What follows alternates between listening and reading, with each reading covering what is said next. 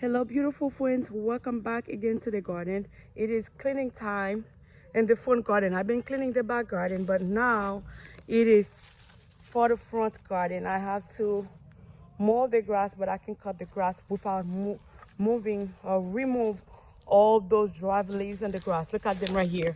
If I cut it there, I'm afraid the grass is going to be dying. That's what I have to clean them first before I cut the grass. That's all I've been doing today. Oh God, I have to drink a lot of water.